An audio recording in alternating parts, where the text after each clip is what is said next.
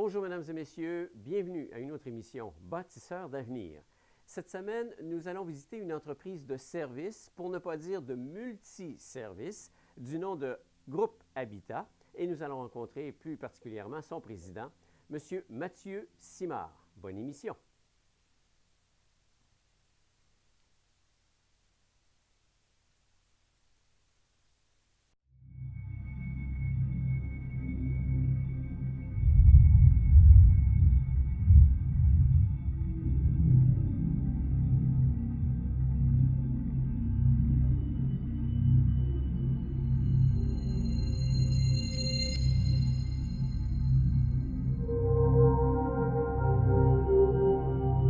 Alors, Mathieu Simard, président du groupe Habitat, bonjour. Bonjour.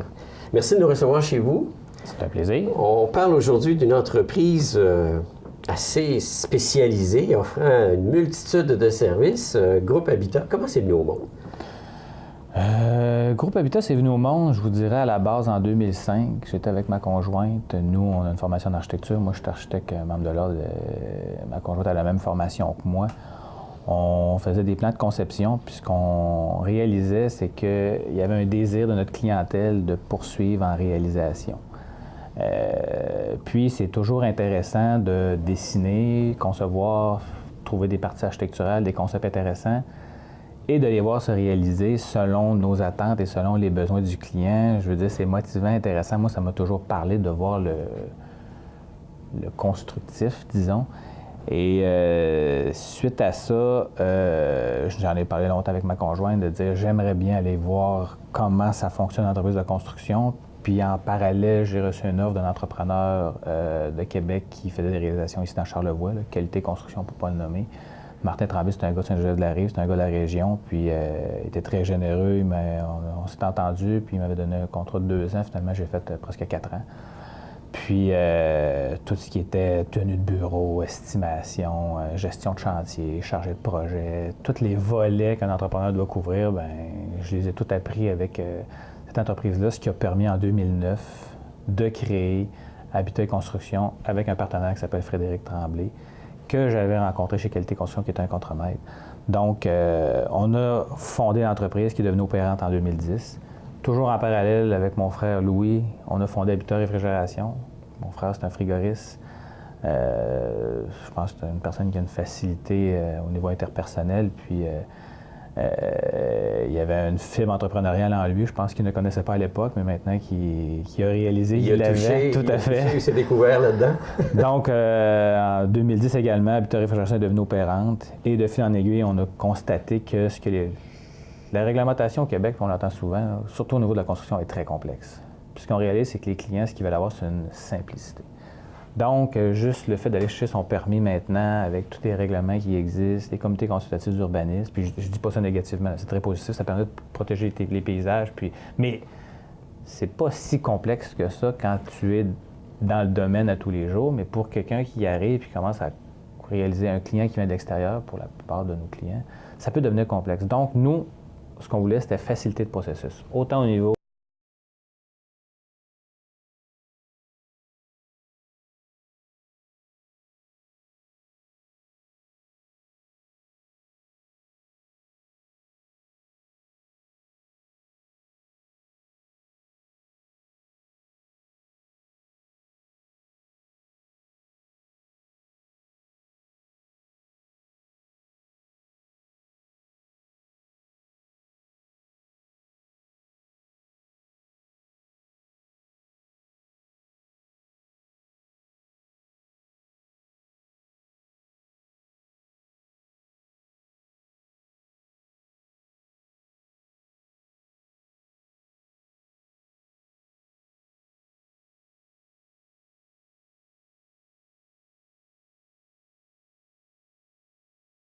résidentiel.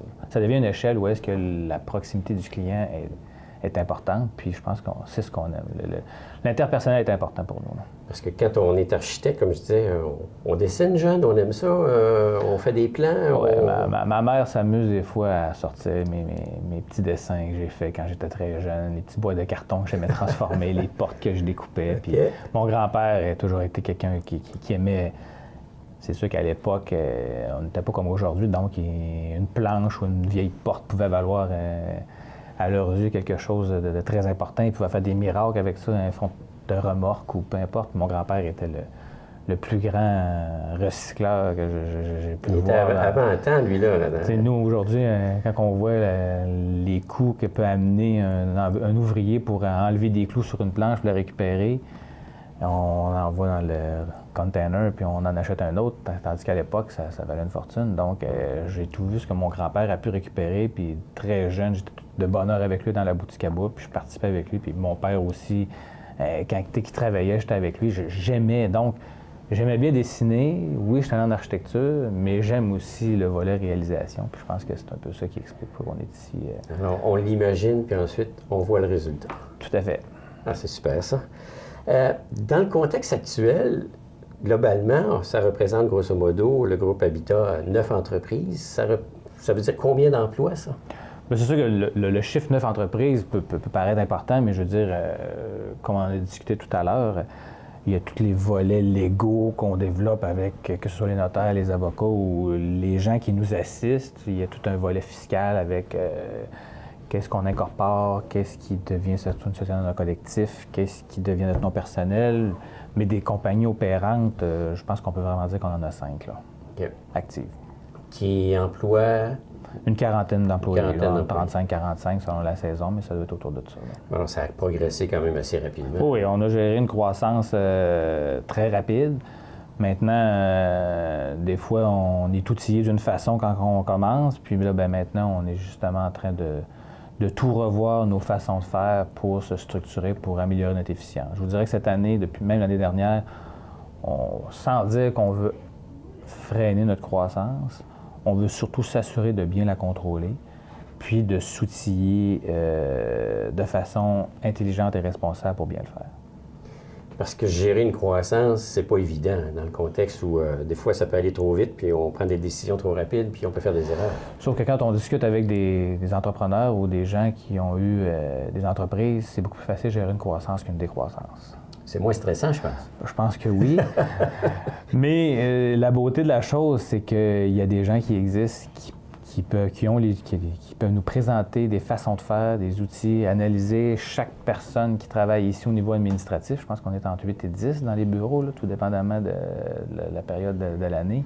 Et analyser chaque description de tâche, analyser qui devrait plus se concentrer sur ces descriptions d'un tel à une telle, et un autre plus se concentrer dans telle autre tâche. Et de quel outil ces gens-là vont avoir de besoin pour être plus efficients.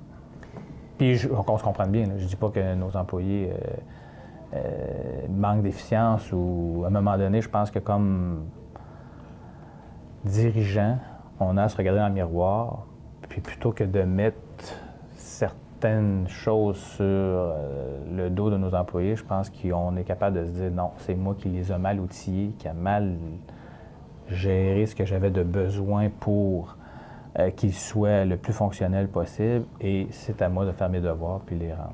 Mais je vous dis pas que... Ça prend une certaine humilité aussi, là, parce qu'il y a plusieurs chefs d'entreprise qui disent « j'ai raison, tout le monde a tort », façon de parler, mais là, ça devient un travail d'équipe en soi. Là. Oui, puis je dis pas que, comme je dis, là, je veux pas dire que ça va mal, ça va très bien, mais je pense que les coûts de la construction sont très élevés, les gens à chaque fois, donc je pense que c'est notre devoir de mettre en place tout ce qu'on peut faire pour minimiser les coûts administratifs et au bout de la ligne, que les coûts sur un chantier de construction soient le plus bas possible. Est-ce qu'on peut dire que c'est un secteur qui a beaucoup de compétition? C'est sûr que si vous prenez les pages jaunes, puis vous voulez appeler un entrepreneur demain matin, vous allez voir qu'il y en a beaucoup. Mais les gens qui connaissent le domaine, qui commencent à analyser qui fait quoi dans le domaine, bien, en ce qui nous concerne, dans notre créneau, je vous dirais qu'il y en a, c'est sûr qu'il y en a, puis il y en a quand même beaucoup, mais pas tant que ça non plus. Là. Alors, de fait, ça rouvre une place, considérant le fait que ce que vous offrez comme service, parce qu'il y a plusieurs étapes dans le service que vous offrez. On parle de... Il y a le projet, il y a de l'analyse, il y a de l'étude, il y a toutes sortes d'éléments à suivre pour concrétiser l'idée, finalement. Tout à fait. Puis arriver avec un produit, c'est sûr qu'un projet de construction, c'est un projet qui est très évolutif. Si vous parlez avec des gens qui vont s'être construits il y a 5 ans, s'ils se construisent aujourd'hui, ils feraient probablement des choses différentes. L'autre chose, c'est que des fois, des gens vont rentrer ici et ils disent « Je suis prêt à commencer, on peut se conduire dans 2 semaines. » Non, non, le processus de conception, si vous voulez avoir quelque chose qui répond à vos besoins, nécessite une propre analyse de votre côté. On va vous amener peut-être dans des zones d'inconfort. Il y a des discussions à avoir quand c'est un couple. Il y a des choses à penser qui peuvent vous amener 20 ans plus tard à savoir si c'est une maison que vous voulez avoir pour votre retraite, si c'est une maison que vous voulez élever votre famille, si c'est un investissement, si c'est une maison locative. Je veux dire, toutes ces questions doivent être posées, doivent être analysées et bien réfléchies. En même temps, en parallèle, il faut analyser le site, l'orientation, la vue, la façade va être de quel côté, le nord est de quel côté, les vents dominants, l'ensoleillement. Il y a une multitude de facteurs qui font en sorte qu'ils vont influencer la conception d'un projet. Là. Ce qui veut dire que de faire affaire avec un architecte par rapport à aucun commun des mortels qui dit « Bon, tiens, j'ai trouvé un plan, mettons, sur Internet, puis j'aimerais ça me construire ce plan-là », je dirais, dans le fond, il y a une grande différence entre faire affaire avec un architecte pour bien connaître ses besoins, suivre la construction jusqu'à terme, pour en arriver à la fin et dire « Bien là, ça correspond réellement à mes attentes versus travailler avec un contracteur, acheter un plan, puis merci, bonjour, voici ma maison, puis après ça, oups, comme vous le disiez, j'aurais peut-être fait les choses différemment. » Bien, je pense que ça fait partie, je ne voudrais pas dire le mot évolution, mais je vous dirais que pendant longtemps, les revues ont été à la mode. Là. On parle de Saint-Drummond ou Bonneville, puis les gens arrivaient avec un plan. Pourquoi? Parce que peut-être qu'ils ne savaient même pas qu'ils pourraient faire développer un plan selon leur propre personnalité. Puis aussi, ça peut-être amener une zone d'inconfort, de dire, je vais avoir une maison que jamais personne, on ne l'a jamais vue. Tu sais, qu'est-ce que ça va donner? Est-ce que c'est un bon investissement? Si je veux la revendre, je vais-tu la revendre? Tandis que c'est facile de dire, cette maison-là a été construite à tel endroit, on va la voir, puis je sais qu'est-ce que je vais avoir, puis ça me garde dans une zone de confort avec laquelle je suis prêt à vivre. Mais je vous dirais que depuis les 10 dernières années, ça a complètement changé. Les gens qui arrivent avec leur propre plan, on n'en a presque plus. La majorité des gens arrivent avec des besoins, des images de choses qui les motivent, ou qui les allument, ou qui leur parlent. Puis nous, on les prend, on prend leurs besoins. C'est comme si on mettait une grosse marmite, puis on essaie de faire une recette qui va être intéressante. Puis je vous dirais que la majorité des clients maintenant, c'est de cette façon-là qu'on procède. Là. Est-ce qu'il y a une économie d'échelle, outre le fait de dire je vais avoir une résidence qui me ressemble beaucoup suite à la conversation que j'ai eue avec mon architecte, mais est-ce que l'architecte procure une certaine économie d'échelle due au suivi qui est fait lors de la construction? Une économie d'échelle au niveau temps ou au niveau coût? Du coût, du projet global. Je vous dirais que les coûts, souvent, ça va aller selon les goûts des clients. Okay. L'architecte peut vouloir avoir un concept qui va amener un client à faire des choix qui vont être tributaires un peu du concept original, mais à un moment donné, la décision finale sur les robinetteries, les toilettes, puis les finis de plancher, ça peut varier. Un fini de plancher peut varier de 5 $ du pied carré à 25 $. Je veux dire, ça dépend du luxe qu'on veut y mettre. Tout à fait. Mais je vous dirais qu'habituellement, quand on commence un projet, on va surtout parler avec le client au niveau du budgétaire, qui va être normalement un budgétaire au pied carré. Puis quand le client va nous parler des types de choix vers lesquels il pense se diriger, on est capable de l'aiguiller à savoir, bien, je pense qu'on va jouer, mettons, en 175 et 200 $ du pied carré pour ce que vous voulez avoir. Donc, est-ce que ça comprend vos besoins rentrent-tu dans les pieds carrés qu'on va avoir? Oui, non, bien, qu'est-ce qu'on fait? On se voit un budget supplémentaire ou on revoit nos choix pour pouvoir... On le fait à l'origine, parce que sinon, ça ne donne rien de faire une conception, puis qu'au bout de la ligne, le projet ne se réalise pas. Là. Il n'y a personne qui est gagnant, puis il n'y a personne qui est content.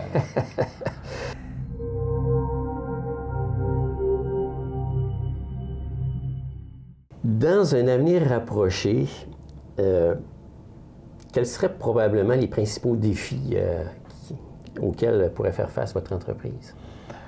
Comme j'expliquais tout à l'heure, il y a toujours la croissance. Comme entreprise, je pense qu'il faut toujours se questionner. Puis moi, je suis quelqu'un qui suit l'actualité, qui se questionne beaucoup. Je m'amuse toujours à donner l'image que gérer l'entreprise, c'est comme un jeu d'échecs. Je veux dire, ton pion que tu vas jouer en premier, tu ne toucheras plus de la partie, mais c'est peut-être lui à la fin que tu vas utiliser parce que ton jeu il s'est mal développé ou peu importe, mais je veux dire, t'es mieux d'avoir une option A, B, C, D, E que d'avoir seulement une option A, puis l'option A ne fonctionne pas. Puis en mots, ça se traduit par une diversité. On s'est très bien diversifié. Maintenant, de quelle façon on diversifie notre clientèle? T'es mieux d'avoir... c'est sûr que c'est plus difficile à gérer 12 projets de 300 000 $ plutôt que un projet de 3,6 millions, mais tu t'exposes avec un projet plutôt que tes 12 autres projets.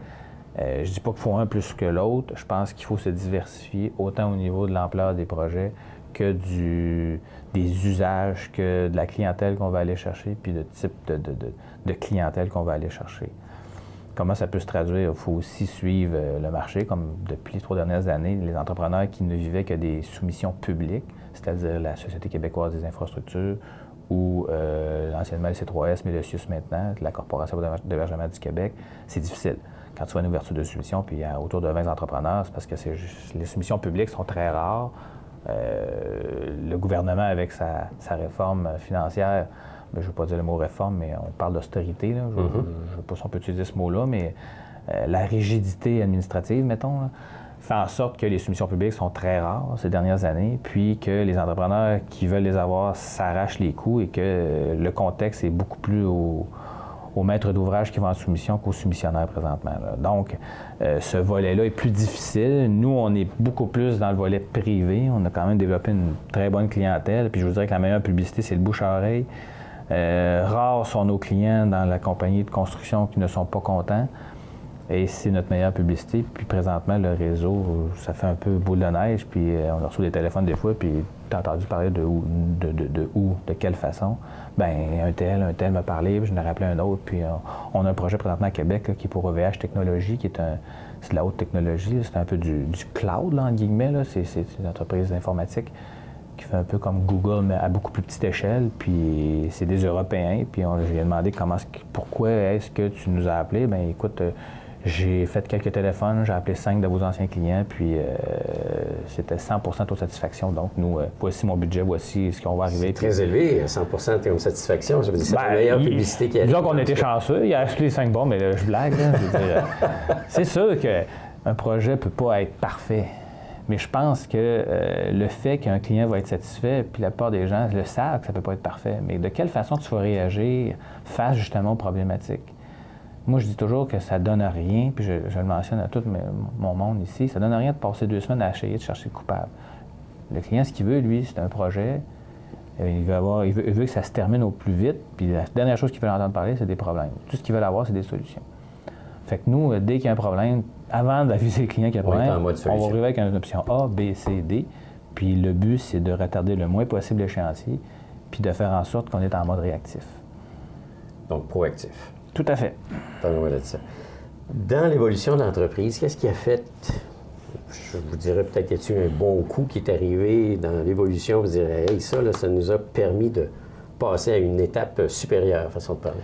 Je vous dirais que, c'est-tu en 2011, on a fait une résidence de l'architecte Pierre Thibault sur le chemin de la Pointe. Puis, ici, depuis 2001, on est spécialisé en assainissement des eaux usées. Puis c'est arrivé comme un cheveu sur la soupe parce que ces clients-là nous ont appelés à savoir on a besoin d'un rapport d'expertise pour nos installations septiques. Parfait, je m'en vais là, commence à discuter, puis là je vois comme les plans, puis là moi je vois une architecture, puis là je vois que c'est signé Pierre Thibault. Quand on est à l'université, il est enseignant Pierre Thibault, puis il y a quand même une renommée assez importante. C'est un défi, là? Oui, tout à fait. Fait que là, nous, on avait fondé la compagnie de construction, ça faisait 1 an. Bonjour, c'est qui vous construit? Ah, on n'a pas encore notre entrepreneur, on est en soumission. OK, je leur donne une carte. Vous savez, nous, on a une division, c'est sûr que c'est tout jeune comme entreprise, mais c'est le genre de projet qui nous parle, puis c'est probablement vers lequel on veut se diriger. Écoute, si tu veux nous déposer une soumission, libre à vous de la compter, de nous donner une soumission. On a déposé une soumission 1 semaine plus tard ou 2 semaines. Puis ils nous ont rappelés, puis on les a rencontrés, puis finalement, on a commencé le chantier, on a fait de la réalisation, puis le projet s'est très bien déroulé, là, puis ces clients-là étaient entièrement satisfaits. De sorte que, de plus, la maison de Pierre Thibault, c'est une architecture. Le nom de la maison, il l'a appelé La Grande Boudeuse. Puis, sur la page couverture du dernier livre des résidences de Pierre Thibault. C'est une belle réalisation. Elle est dans le dernier film de Denis Arcand, Le règne de la beauté. Ça nous a donné une certaine crédibilité d'avoir pu réaliser ce projet-là, autant par l'architecture que par la façon dont on a réalisé le projet, de par le type de client qui était très, très, très impliqué dans le dossier. Tout ce contexte-là fait en sorte que autant les architectes ont été très contents de nos services, et autant les clients également. Et cette maison-là, quand les gens la voient parce qu'elle est très, très, très diffusée, bien, ils essaient de s'informer comment est-ce qu'elle s'est réalisée, puis notre nom va ressortir assez souvent. Je vous dirais que c'est un de nos meilleurs coups là, depuis le début. C'est une belle histoire, ça. Très belle histoire.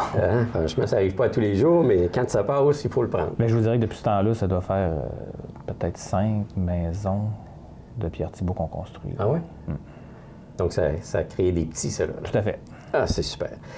Dites-moi, dans le contexte où, j'imagine que c'est une de vos fiertés, cette réalisation-là que vous venez de mentionner. Là. Oui, parce qu'il faut comprendre que nous, ici, on est spécialisé en conception, mais que les architectes qui viennent de l'extérieur aiment bien travailler avec un entrepreneur qui a dans son équipe un architecte également, parce que ça permet de revoir les plans, revoir les détails techniques, revoir les façons de faire. Puis des fois, avec l'expérience, bien écoute, ce détail-là, nous, peut-être qu'on vous conseillerait de le faire de telle façon, puis le niveau d'ouverture est très élevé. Donc, ça permet d'échanger entre professionnels, puis je pense que c'est apprécié du côté des concepteurs. On allait rencontrer Mathieu pour regarder pour des plans de garderie, mais pas pour en faire une bâtisse neuve. Fait que, au départ, c'était une entente comme ça qui était prévue, mais de fil en aiguille, Mathieu nous a beaucoup aussi aidé dans ce monde-là qui est l'entrepreneuriat aussi, parce que, bon, Mathieu aussi a commencé en bas de l'échelle, comme tout bon entrepreneur, puis il nous a donné des bons conseils aussi par rapport à ça. Puis, au fil en aiguille, bien, on se retrouve avec une garderie neuve qui se fera construite, qui est en train de se faire construire, en fait, puis qui pourra être habitée par les enfants au mois d'avril 2016. En tant qu'entreprise, on fait affaire avec toutes sortes de personnes. Y a-t-il des organismes, genre CLD ou Desjardins, Services aux entreprises, ou même les mouvements Desjardins comme tel, ou les SADC, pour ne nommer que ceux-là, auxquels vous avez fait appel pour avoir une certaine expertise ou avoir une certaine aide quelconque? Il faut comprendre à l'origine que j'ai déjà été sur le conseil d'administration de la SADC pendant plusieurs années. J'ai déjà été sur le conseil d'administration du CLD pendant plusieurs années, sur le comité exécutif du CLD, puis je siège sur le comité d'investissement du CLD depuis au moins une dizaine d'années. Donc, je connais très bien ces organismes-là qui font un travail très nécessaire à notre région, je vous dirais, là, très important. Maintenant, est-ce que j'ai fait appel à eux? On a fait appel à la SADC pour un prêt quand on était jeune promoteur. Sinon, notre partenaire principal a évidemment été Desjardins. J'ai été aussi sur le conseil d'administration de la Chambre de commerce. J'ai connu à l'époque Stéphane Saint-Martin, qui est directeur du CFE. Lorsqu'on a eu l'idée d'avoir une entreprise, c'est jamais trop cogné. Est-ce que je vais vraiment tout de suite avoir mon banquier? Je vais justement avoir un CLD pour m'aider à monter un plan d'affaires, ou je vais-tu voir un notaire pour ma structure légale, ou un avocat? Fait que c'est pas évident. Non, c'est pas évident. Je pense que les meilleurs mentors, c'est des gens d'affaires d'expérience qui peuvent vraiment nous aider à mettre les étapes puis donner les bons conseils, à savoir où aller en premier lieu, puis se faire un ordre, puis se faire un petit plan de match, comme on pourrait dire, à savoir avec des étapes à respecter, puis qu'est-ce que je peux faire quand je suis rendu où. Et j'étais allé dîner avec Stéphane Saint-Martin, puis lui m'a présenté des produits que Desjardins avaient offrir pour des jeunes promoteurs comme nous. Puis tout de suite, là, il avait bien saisi vers quoi on voulait avoir. Puis on a tout de suite pu avoir nos comptes de banque, nos marges de crédit, ce qu'on avait besoin de financement. Puis c'est comme ça que ça a démarré. Là. Puis depuis ce temps-là, je m'amuse à dire à ma directrice de compte, c'est encore le tannant qui appelle. J'ai encore une autre idée. Reconnaissez-vous ma voix? Dites-moi, vous êtes un entrepreneur, vous avez la fibre entrepreneuriale. Il y a des gens qui nous écoutent qui sont peut-être des futurs entrepreneurs. Ça serait quoi le principal conseil que vous pourriez donner à quelqu'un qui veut se lancer en affaires? Je vous dirais, gênez-vous pas pour aller voir des entrepreneurs d'expérience, poser des questions. Mais, au bout de la ligne, développez votre propre jugement, puis la décision vous revient à vous. Parce qu'il ne faut pas non plus tomber. Vous savez, plus ça avance, puis là, je ne veux pas généraliser les entrepreneurs, mais je ne sais pas jusqu'à quel point tu es beaucoup plus téméraire à un certain âge. Il y a des décisions que peut-être, moi, 50 ans, que je ne prendrais pas comme j'ai pris, là, peut-être 5 ans. Oui, on a besoin des gens d'expérience pour avoir des bons conseils, puis s'entourer, puis s'assurer de se protéger. Mais les décisions finales, de oser, de ne pas se gêner pour essayer d'exploiter une idée, je pense que ça revient à l'entrepreneur, puis c'est ce qui fait que certains se démarquent plutôt que d'autres. Alors, combattre ses craintes, puis sauter dans, comme on dit, dans la mare, go, là. De façon réfléchie, Oui. mais effectivement, je vous dirais que des fois, chaque personne a sa propre façon de voir. Des fois, ça prend juste un petit mot pour se rassurer puis se sécuriser, la petite poussée qui manquait pour pouvoir démarrer le tout, là. Mathieu est à la base architecte aussi, avec sa conjointe Nadia. Puis, c'est avec eux aussi qu'on a développé l'intérieur, un peu le design, tout ça. Puis, ils nous ont apporté aussi un peu leur couleur là-dedans parce que, c'est sûr qu'ils sont spécialisés dans ces choses-là. Puis, nous, on va être locataires pour les premières années avec une possibilité d'achat après 5 ans. C'est-à-dire, pour nous, ça serait merveilleux. C'est notre objectif, d'ailleurs. C'est ce qu'on se donne comme objectif là, à court, moyen terme. C'est d'acheter la bâtisse après 5 ans pour ensuite voler de nos propres ailes. Mais ceci étant dit, cela n'aurait jamais pu être possible sans l'aide de Mathieu au départ, sans l'aide de Groupe Habitat, parce que jamais on aurait pu prendre un concept aussi grand, aussi large, puis payer de notre poche un terrain, une bâtisse neuve, etc. Donc, c'est sûr qu'en nous permettant de le faire en location pendant les 5 premières années, nous, ça nous aide un peu à souffler, à s'occuper seulement de la gestion de notre garderie. Puis si les chiffres sont bons, bien après ça, on est bien pour aller voir les institutions financières, puis on regardera ce que ça donne dans 5 ans. Moi et mes 2 frères, dès qu'on a terminé nos études, on est revenu dans la région. Moi, je vous dirais que je suis revenu. La dernière session à l'Université Laval, je l'ai fait au Vietnam. Puis, je vous dirais, quand la part des Asiatiques dans ces pays-là, que ce soit le Laos, Cambodge, Vietnam, Thaïlande même, rêvent de l'Occident. Puis quand tu vas là-bas, tu regardes leur façon de vivre, tu te demandes pourquoi vous rêvez à l'Occident. Oui, c'est très, très dense, là. Je veux dire, c'est un choc un peu culturel quand tu arrives dans ces endroits-là.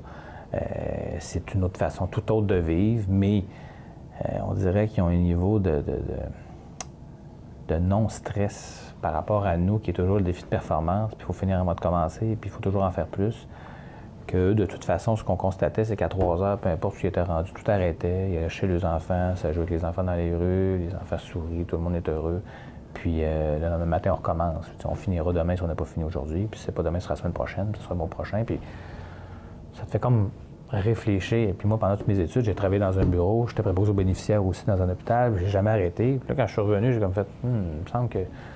Ça va trop vite, là? Il y a trop de... je sais pourquoi. Pourquoi performer comme ça? Pourquoi, jusqu'à où est-ce qu'on peut trouver notre façon dans laquelle, oui, je suis quelqu'un qui aime performer, mais jusqu'à quel point, puis où bien mettre ses énergies. C'est pour ça qu'il y avait un poste ici ouvert dans un bureau d'architecte. Quand je l'ai vu, je suis venu poser ma candidature, puis on a développé des projets, puis là, il y avait un autre poste, ma conjointe est venue me rejoindre, puis là, c'est là que ça a commencé. C'est là que tout est parti. Exactement, en 2002, ça. C'est une belle aventure, ça. Suite à du vécu, on prend dans le fond l'expertise de tout ça pour en faire sienne, puis de là, se trouver un équilibre dans la vie, quoi. Tout à fait, tout à fait. Si vous êtes revenu dans Charlevoix, puis avec l'expérience que vous avez, puis le succès que vous avez, est-ce qu'on peut dire que Charlevoix est une bonne place d'affaires? Tout à fait. C'est une place extraordinaire pour la qualité de vie. Puis la qualité de vie, je vous dirais que de plus en plus, c'est ce que les jeunes professionnels ou les gens de métier recherchent. Le salaire, oui, on veut gagner sa vie, mais je vous dirais que c'est moins important que ce que je vais pouvoir être avec mes enfants tous les soirs, puis est-ce que je vais être capable de prendre une journée de congé de temps en temps pour leurs activités, s'il y en a un de malade ou le transport en commun, ça ne tente pas de faire 2 heures de route pour se rendre au bureau, puis 2 heures le soir, tu perds 4 heures dans la journée. Pour la qualité de vie, je pense que Charlevoix est extraordinaire.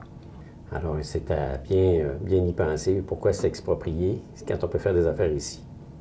Toujours pour se diversifier. Toujours se diversifier. Moi, je suis quelqu'un qui ne veut pas être dépendant d'un seul créneau ou d'un seul champ de pratique.